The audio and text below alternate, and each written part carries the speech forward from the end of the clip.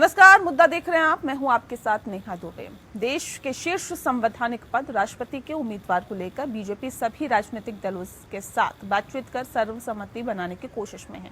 BJP ने इस महत्वपूर्ण कार्य की जिम्मेदारी अपने वर्तमान राष्ट्रीय अध्यक्ष जेपी नड्डा और केंद्रीय रक्षा मंत्री राजनाथ सिंह को सौंपी है।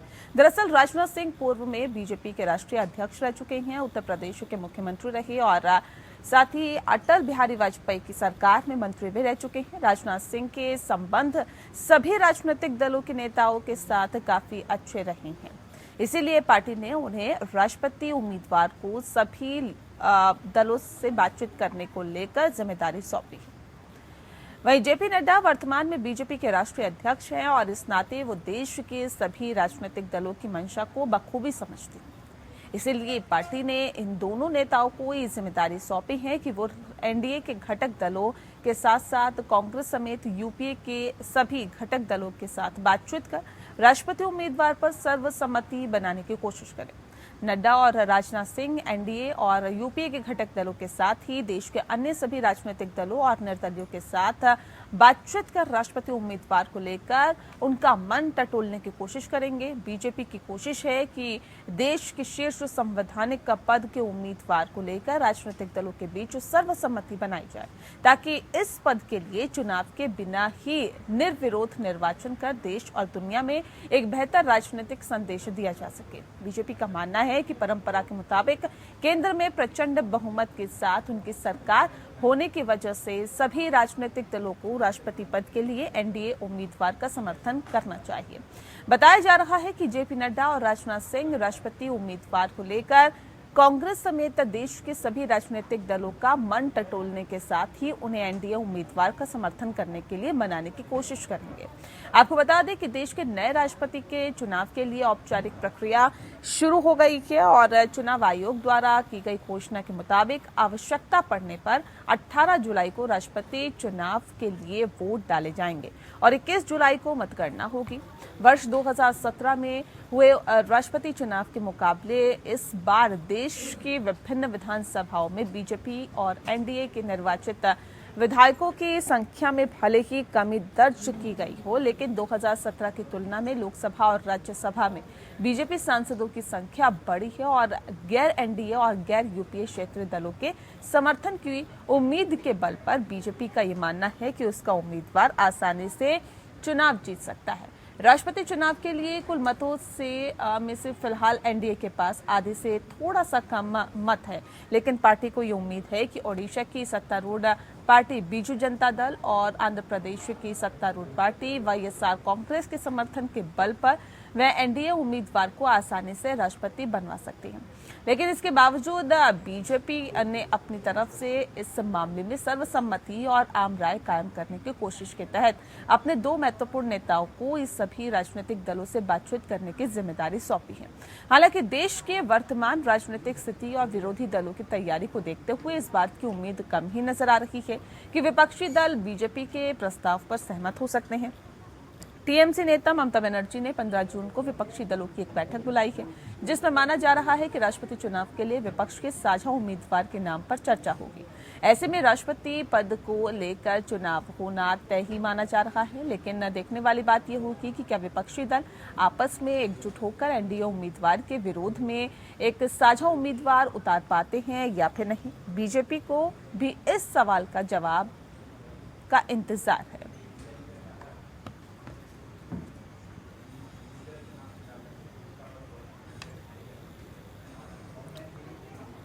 इस विषय पे आज हम तफसील से चर्चा करेंगे। खास मेहमान हमारे साथ मौजूद है, उनसे आपका परिचय करा देते हैं। इस वक्त हमारे साथ आलोक वत्स जी हैं, लीडर हैं बीजेपी के। बहुत स्वागत है आलोक जी आपका। साथ ही हमारे साथ जावेद अहमद खान जी जुड़ गए हैं, लीडर है कांग्रेस के। जावेद जी आपका भी बहुत स्वागत है।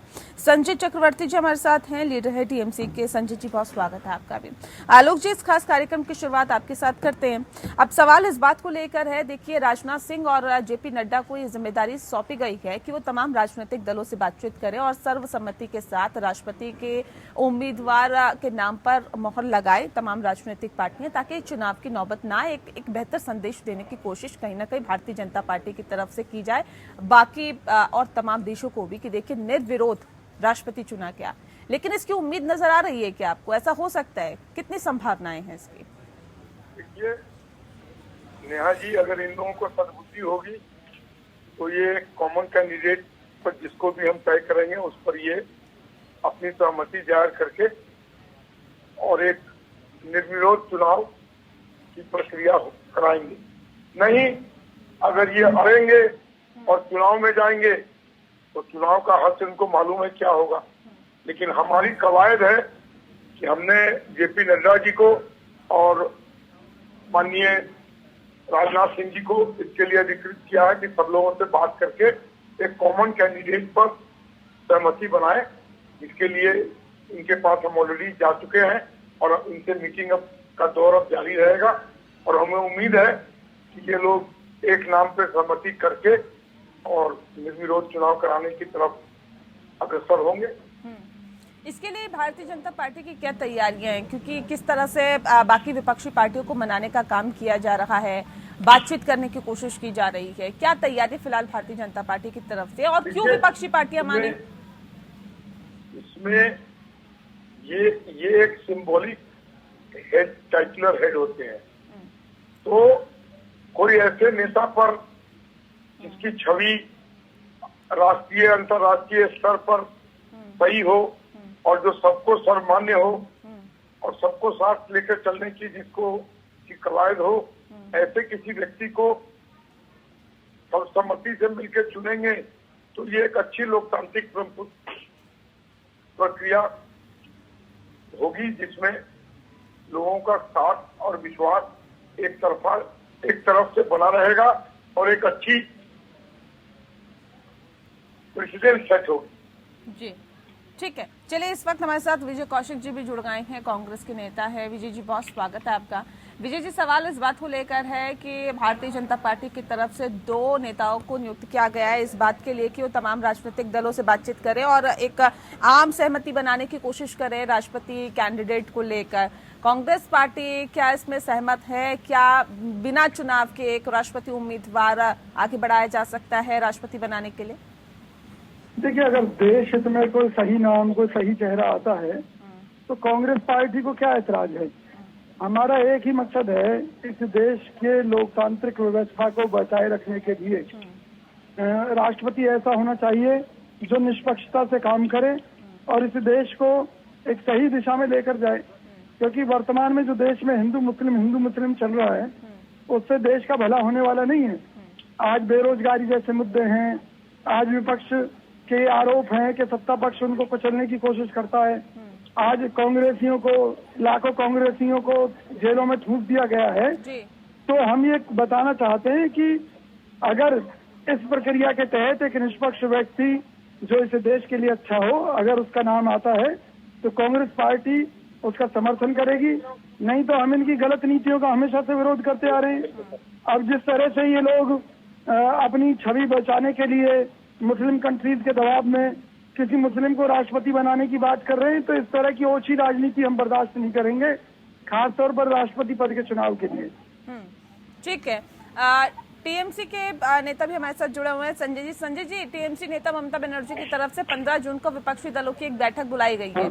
इस बैठक में ये भी माना जा रहा है कि राष्ट्रपति चुनाव के लिए विपक्ष के साझा उम्मीदवार के नाम पर चर्चा होगी, लेकिन एनडीए की तरफ से कोशिश की जा रही है कि जो उनका उम्मीदवार हो वो निर्विरोध चुना जाए। कितनी संभावना है इसकी और इस बैठक के क्या मायने हैं? देखिए, पहली बात तो ये है कि हमारी तैयारी 2024 की है और राष्ट्रपति का चुनाव, उपराष्ट्रपति का चुनाव सब कुछ है। तो उसकी वजह से ये 15 तारीख को जो अपलों का एक मीटिंग होने वाला है वो सिर्फ और सिर्फ इसी कारण से किया जा रहा है।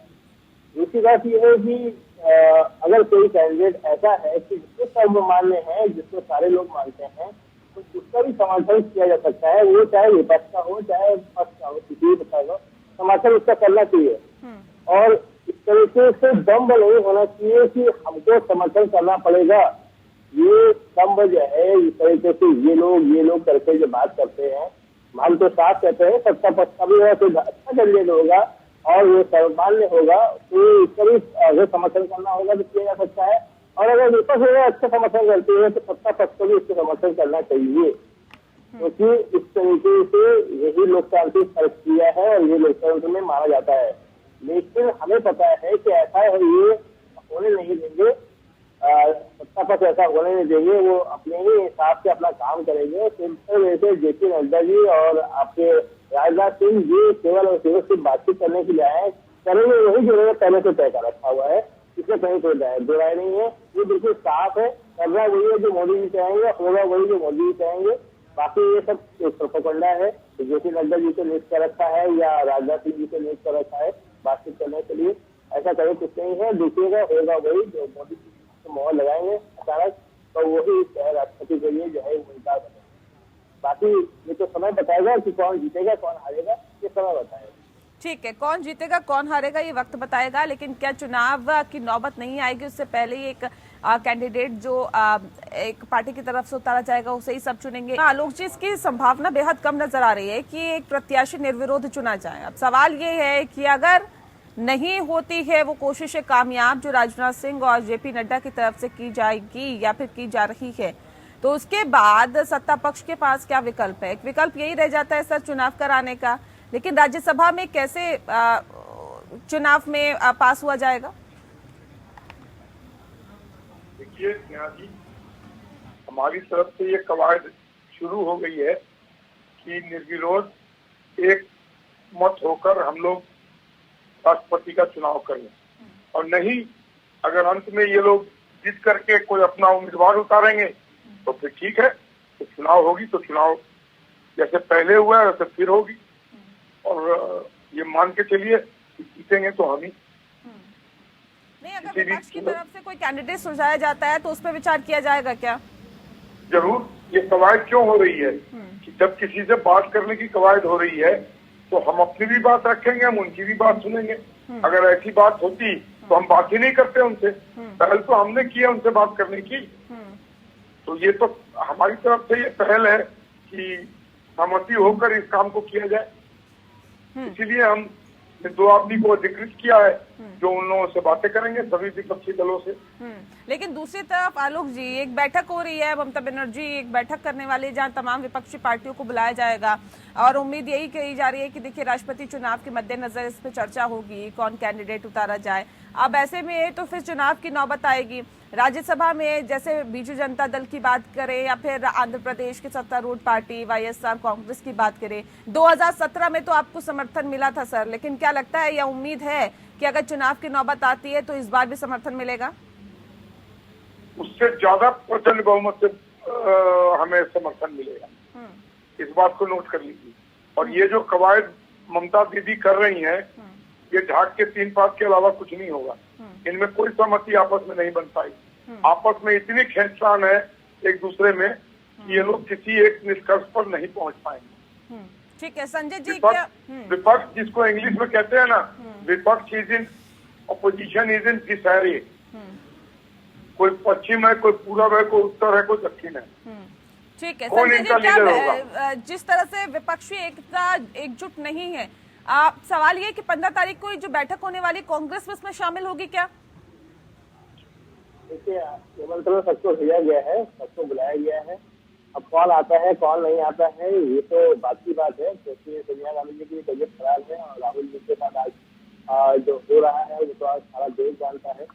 तो पहली चीज क्या है कि हमारी तरफ से पूरी कोशिश है कि हम मिलकर के एक सही कैंडिडेट से समर्थन करें। सही कैंडिडेट का मतलब ये है वो कोई भी हो उसका समर्थन करें, क्योंकि राष्ट्रपति का जो चुनाव होता है वो इंटरनेशनल लेवल पर उसमें छवि देखना पड़ता है कि इंटरनेशनल लेवल पर उनकी छवि क्या है, किस तरह की छवि लेकर के कोई राष्ट्रपति बन रहा है हमारे देश का, तो इससे हमें विचार निश्चित रूप से करने जा रहे हैं। बाकी फिर बार बार बोल रहा हूँ कि उनका दम देखिए, ऐसा लग रहा है कि ये शुरू से लेकर आज तक सत्ता पक्ष में रहे हैं, विपक्ष जैसे कभी रहे नहीं है, और बाकी का जो ढंग है जो दम है वो दम्भ कभी रावण का जो है नहीं रहा, तो भारतीय जनता पार्टी का कैसे रहेगा? एक समय आएगा जब उनका दम जीतेगा और ये बहुत जल्दी आएगा, बहुत ज्यादा समय नहीं रह गया है, ये बहुत जल्दी आएगा। ठीक है विजय कौशिक जी से जान लेते हैं। विजय जी, आपको भी निमंत्रण आया है 15 तारीख को ममता बनर्जी जो बैठक कर रही हूँ उसमें शामिल होने का, कांग्रेस पार्टी पहुंचेगी क्या? देखिए हमारी पार्टी का ऐसा कोई इरादा नहीं है, क्योंकि ये जो ममता जी या अखिलेश जी जो इस तरह की जो कवायद दिखाने की कोशिश करते हैं वो कवायद केवल झूठी कवायद है। वरना तो इन्हें खुले दिल से कांग्रेस के पास आना चाहिए और बात करनी चाहिए, क्योंकि कांग्रेस ही है जो सारे विपक्षी दलों को एकजुट रखकर चल सकती है। पहले भी ये लोग हमारा हिस्सा रहे हैं, हम इनका हिस्सा नहीं रहे, तो आज भी जरूरत अगर इन्हें लगती है। लेकिन कहते हैं कांग्रेस अब उस स्तर पर नहीं है कि ये समझा जाए कि हम कांग्रेस के नेतृत्व में कोई भी दल बनाए। मैं ये कह रहा हूँ कि जो कांग्रेस को नेतृत्व के लायक नहीं समझता, उन पार्टियों को हमारी जरूरत ही नहीं है, तो हमें उनकी जरूरत कहाँ है। हम तो पहले से कह रहे हैं, हम जनता की लड़ाई अकेले लड़ने में सक्षम है। आज देश भर में अगर हम प्रदर्शन कर रहे हैं या जेल में हमारे कार्यकर्ता जा रहे हैं, तो ये क्या है। आप ये देखिए ना, ये इस बात को साबित करता है कि देश के कोने कोने में आज भी कांग्रेस का कार्यकर्ता मौजूद है, जनता के हित की लड़ाई लड़ रहा है। इस और अपनी फूट में पार्टी क्या के ये कहा जा नेताओं सकता है की विपक्षी पार्टियों के बीच फूट है और इसका जो फायदा है वो सत्तासीन पार्टी उठाएगी, उसको मिल सकता है। आपको सही बात बताऊं जी, सही बात तो ये है कि विपक्ष में हर विपक्ष की अपनी एक भूमिका है, हर दल की। उसमें कांग्रेस को अपनी एक भूमिका मिली हुई है। अब मान लीजिए जो लोग ममता बनर्जी को चोर समझते हैं या अखिलेश को चोर समझते हैं और कांग्रेस उनके साथ खड़ी हो जाएगी जाकर, तो हमारे ऊपर भी तो उनकी बदनामी का दाग लगेगा ना। ठीक है, वो अपनी लड़ाई लड़े, हम देश की लड़ाई लड़ने के लिए कांग्रेस। राष्ट्रपति चुनाव को लेकर सर, ये तो हमारा सवाल राष्ट्रपति चुनाव को लेकर है, यहाँ पर विपक्ष की एकजुटता नजर आएगी, कांग्रेस पार्टी बाकी दलों के साथ खड़ी हुई नजर आएगी या नहीं? देखिए, कांग्रेस पार्टी के लिए देश हित सर्वोपरि है। देश हित में जो भी कैंडिडेट होगा, अगर भाजपा उसे सामने लेकर आती है तो हम विरोध के लिए विरोध करने की राजनीति नहीं करते, और अन्यथा हम जिस कैंडिडेट को लेकर आएंगे विपक्ष उसका समर्थन करेगा। अगर हमारा कैंडिडेट देश हित में है तो निश्चित तौर पर मकसद केवल एक ही है कि इस देश को अच्छा राष्ट्रपति मिले, एक ऐसा राष्ट्रपति मिले जो निष्पक्ष हो, जो देश के नजरिए से सरकार को देखे। अगर भाजपा गलत करे तो उसको वहीं पकड़कर टाइट कर दे। जनता के हित में काम करना माननीय राष्ट्रपति का प्रमुख काम होता है, और वो काम तभी सफल होता है जब वो राजनीतिक चश्मे को उतारकर ठीक है गैर राजनीतिक तरीके से काम करते हैं। ठीक है, अगर आप चुनावों के तहत ही राष्ट्रपति चुनाव में जाते हैं और चुनाव करवाते हैं संजय जी, तो यहाँ पे तो विपक्षी एकजुटता खंडित होती हुई दिखाई दे रही है। कांग्रेस पार्टी कह रही है हम तो आपके साथ खड़े हुए हैं ही नहीं। कैसे मुकाबला करेंगे भारतीय जनता पार्टी का? देखिए, ऐसा है कि जिस तरीके से आपके कांग्रेस के प्रवक्ता का वॉइस जो उन्होंने बताया कि अखिलेश यादव थे, ममता बनर्जी थे, अरे भाई ईडी की पूछताछ तो राहुल गांधी से हो रही, सोनिया गांधी से हो रही, तो असली चोर तो आप खुद ही समझ लो। आज आपका जो एक तरीके से आप देश की हित के लिए लड़ाई लड़ रहे हैं, आप देश हित की लड़ाई नहीं लड़ रहे हैं। इस समय आप राहुल गांधी के लिए लड़ाई लड़ रहे हैं और राहुल गांधी के लिए आज खड़े हुए हैं। आप जो ईडी की पूछताछ के लिए उनके पीछे आप खड़े हैं, न कि किसी जनता की भलाई के लिए आप सड़क पे हैं। इस समय आप राहुल गांधी के लिए सड़क पे हैं, ये मत भूलिए। आप कितने इस समय पिछले 8 सालों में कितने आपने धरना प्रदर्शन, महंगाई और बेरोजगारी के लिए किया है, ये सब जानते हैं। तो प्लीज ध्यान न दे। हम मानते हैं आप देश की सबसे पुरानी पार्टी है, लेकिन आज आपके खुद से लेकर आपके साथ नहीं है। कपिल सिब्बल आपका साथ छोड़कर से समाजवादी पार्टी में शामिल हो चुके हैं, और भी बहुत सारे 22 ऐसे नेता है जो इस समय बिल्कुल शांति से पड़े हुए हैं। वो इंतजार कर रहे हैं मौके का। कपिल सिब्बल ने मौका बुला लिया है, बाकी और दूसरे नेता भी है, वो भी फैसले लेने के साथ में है, फिराक में है, और जल्दी इसका परिणाम भी सामने आने वाला है। ठीक है, एक बहुत छोटा सा सवाल मेरा आलोक जी आपसे है, संक्षिप्त में ही इसका जवाब दीजिएगा आप। सवाल ये कि देखिए, ये जो विपक्षी खंडित एकजुटता खंडित होती हुई दिखाई दे रही है, कांग्रेस पार्टी अलग राह अपना रही है, विपक्षी पार्टियों को एकजुट करने की कोशिश ममता बनर्जी की तरफ से की जा रही है, ये आप लोगों के लिए कितना बेनिफिशियल होगा?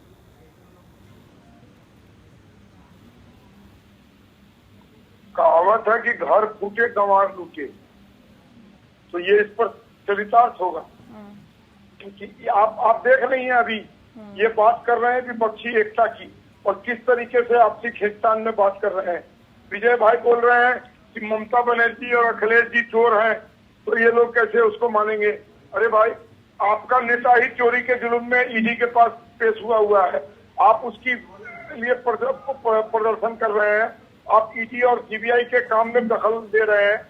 तो इन लोगों का जो इस तरीके का मंतव्य है, मुंडे मुंडे प्रति भिन्ना, हर आदमी का अपना सोच है, अपनी राह है, तो स्वाभाविक है कि ऐसी लड़ाई में किसको फायदा होगा ये मुझे बताने की जरूरत है क्या?